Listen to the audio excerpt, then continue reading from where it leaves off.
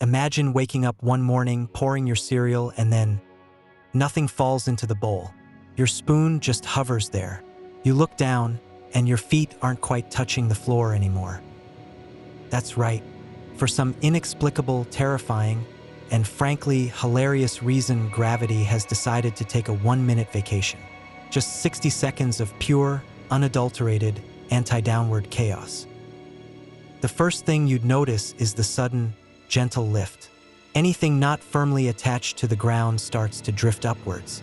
Your cat, your remote control, that pile of laundry you've been ignoring, all suddenly aspiring to ceiling hood. People would be bumping into light fixtures and doing involuntary, clumsy pirouettes. Trying to walk would be impossible. You'd just push off the floor and float until you hit something else. Outside, it gets even wilder. Cars not in gear would start to drift. Water from lakes, rivers, and oceans would begin to lose its shape, forming massive, expanding blobs and sheets lifting into the air. The air itself, held down by gravity, would start to escape into space. Not instantly, but the pressure would drop dramatically, making it hard to breathe very quickly. Buildings, thankfully, are heavy and rooted, so they wouldn't just float away. But anything loose on them, roof tiles, signs, pigeons, would be gone in an instant.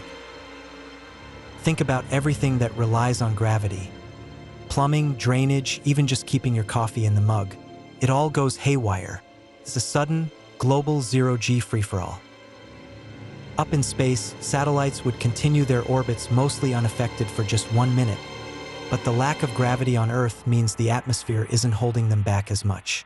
They might drift slightly. The Moon, held by Earth's gravity, would also experience a tiny perturbation in its path.